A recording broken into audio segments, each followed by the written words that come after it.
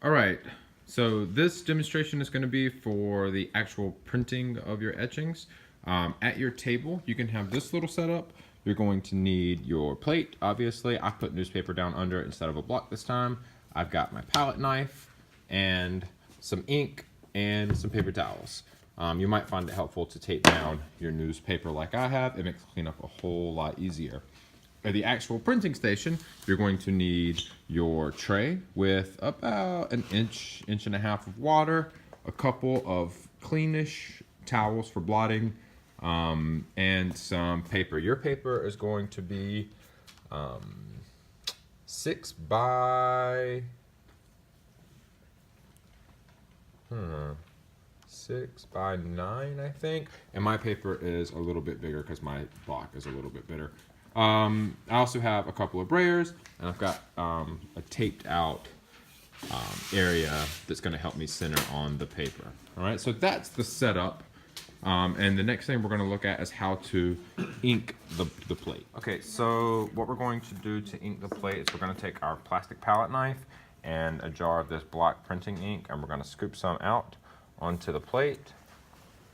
Whatever extra that you have, you can put back into the jar when you're done, so don't be shy about putting it down. And then we're going to use the palette knife to maneuver the ink on the plate, trying our best to fill in the grooves that we have scratched. So I'm going to work on the golf ball area first, and then I'm going to move this ink up towards our text at the top, working the ink into all the grooves. All right, so now that I've got the ink spread around, I've maneuvered it in a bunch of directions to make sure it gets down the grooves. I'm just going to start scraping it back on our palette knife. Again, make sure you're using a plastic palette knife so you're not scratching the glass.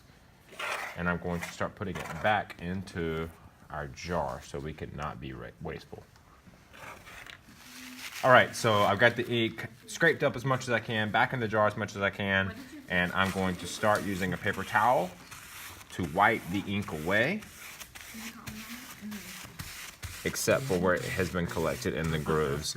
You might find it helpful if you back tape this down to the newspaper so you don't have to support it with your hand. I'm gonna have to obviously wash my hands, but if you back tape it down, it won't slide around and you don't have to do that, but that's completely up to you.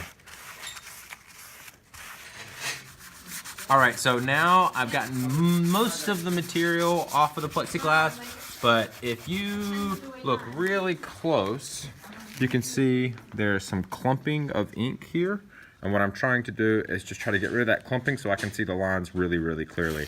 And I'm gonna have to use a little bit of elbow grease to get those ink clumps as clean as possible so that my print looks like my drawing and not a bunch of gobs of ink where I don't want them to be. So I have gotten my block clean, ready to print. And what I'm gonna do now is prepare my paper. The paper needs to be soaked. We're using watercolor paper, and it's going to be a 2-minute soak time. So I'm going to drop it into clean water, make sure it gets fully submerged, and then I'm going to start a timer. You can look at the clock if that's easier for you. But here we go. Flossing the watch. Let's get us a little custom timer. 2 minutes. Boom. Now we're going to take the paper out of the bath and finish its prep process. It has been completely saturated. I'm going to try to get all the drips out because it'll help make the towels last a little bit longer. All right, nice close-up. We're going to lay it flat on a clean towel. We're going to put a clean towel on top, and we're going to press the water off of the paper. What you want to do is keep the water saturation level up, but no excess water, no glistens. That's still glistening, gotta get rid of that. Give it a little tap tap, a tap-a-roo. Amazing. All right, nice, ShamWow. Got it? All right, still relatively saturated. Now I'm gonna use our tape setup here, and I'm going to place it on top of the block, try my best to get it centered.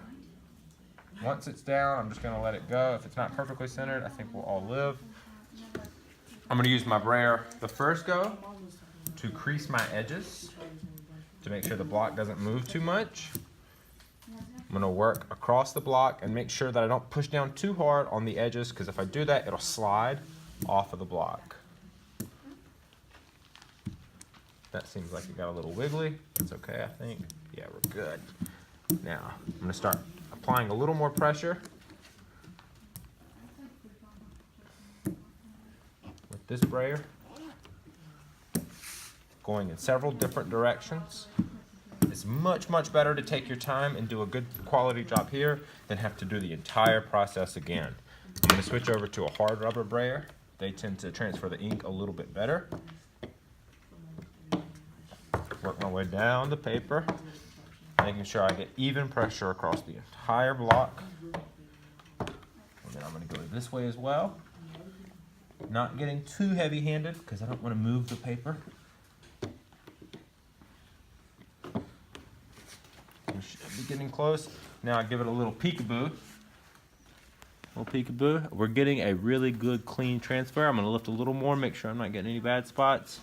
I like it, I like it. Ooh, almost perfect.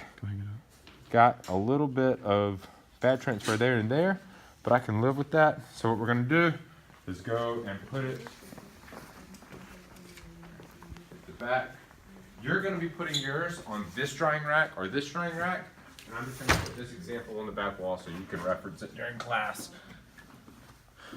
Now, you have to get one good black on white print before you're done today, and if you do get done and you have a dry one, you can go ahead and work on your hand coloring print.